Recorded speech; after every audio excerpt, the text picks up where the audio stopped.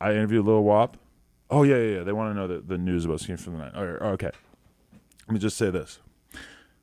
When I was signed to Atlantic, I did 1 year basically running a little imprint for Atlantic, as many of you know. And while I was working with Atlantic, at one point, the guy who signed me, he came to me and he said, yo, he said, I got this new artist. He's coming out. He wants to come to the store. He wants to meet you. He's kind of popping. He's from Jersey. He's got a photo with 6ix9ine, etc. I'm like, all right, cool. Have him come through, whatever. He comes through, he meets me. It's Skinny from the 9. He's got a photo with 6ix9ine. That's about all he's got going on. He had a photo with 6ix9ine, and he had like a song on SoundCloud with like 1 million views, and on SoundCloud. And the guy from Atlantic was like, yo, like, I want to sign this dude. He wanted to sign Skinny from the 9. He's telling me, he's saying, yo, I want you to have Skinny from the 9 be the first artist signed to No Jumper. So if you guys are ever wondering why I dislike Skinny from the 9 so much, just keep that in mind. That they tried to get me to sign him.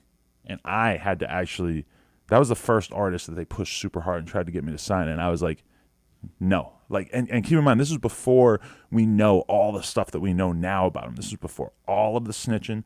This is before anything really, because nobody knew about him. I was just looking at him as like a blank slate, just looking at him. And I mean, I was confused because I was like, how does this kid have like 200K on Instagram? It's like, it just seems so fake. It seemed totally fake, which I believe it is fake. I still think it's fake. But the fake followers, the fake views on YouTube, I could kind of smell it. But my guy at Atlantic was really trying to convince me. But he only, to his credit, I'm not naming him. He asked me like 2 hard times, as in like really like sat me down and was like, yo, like I believe that the skinny kid might be it or whatever. And I was just like, bro, honestly, I just don't think I could do it because, you know, I was like, and I told him, I said, No Jumper as a record label brand, whatever, like I need to have integrity. Like I need to be confident in the first thing that I co-sign.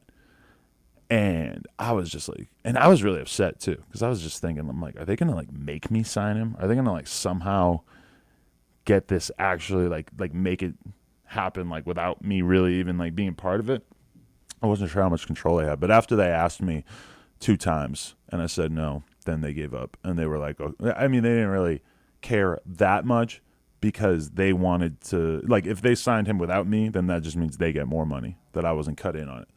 So they tried to sign him, but then at the last minute, L.A. Reid swooped in and L.A. Reid signed him, which I actually texted my guy at Atlantic the other day and I said, hey, you owe L.A. Reid lunch, because if it wasn't for him, then you would be stuck with Skinny from the 9 right now.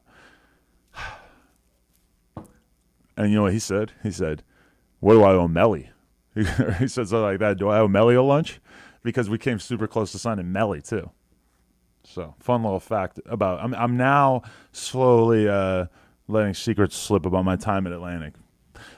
It's so crazy because I so narrowly avoided signing Skinny, and I tried so hard to sign Melly, and the Melly thing will probably always haunt me as just like, damn, that I could have had the illest first signee. Like no matter what happened, like if I had actually signed Melly the way I was trying to, then I would still have, you know, I would be making money from Melly for the rest of my life, and I would have been associated with someone who I consider like an amazing artist that actually is dope as fuck.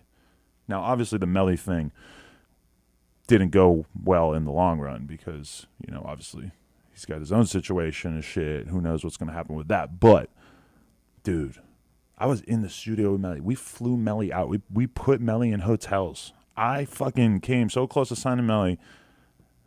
I don't know if I want to give away what actually happened.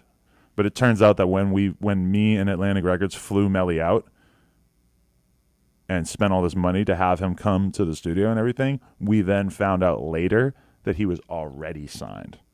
He was already signed to 300.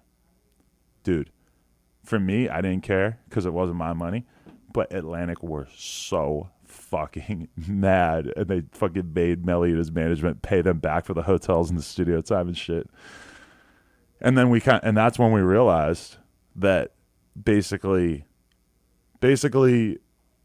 Melly and his crew had just used Atlantic's budget to fly out and hang out with me for a couple days, you know, because they obviously knew that they couldn't sign to Atlantic. They were already signed, but they figured, you know, why not come out and like kick it in LA for a few days and get to hang out with Adam and everything.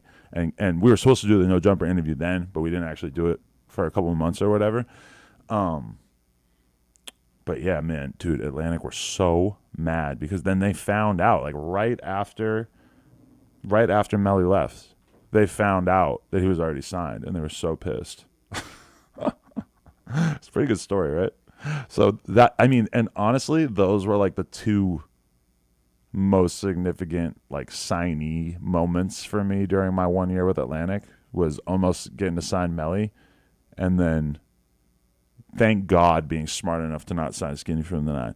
I mean, honestly, in the way that all could have worked out, there was like an additional buffer of protection, because even if I had told Atlantic, like, yes, I'm down to sign Skinny from the 9, it still wouldn't have worked out, because L.A. Reid still would have swooped in and offered them way more money. But luckily I was smart enough to not do it anyway. Anyway.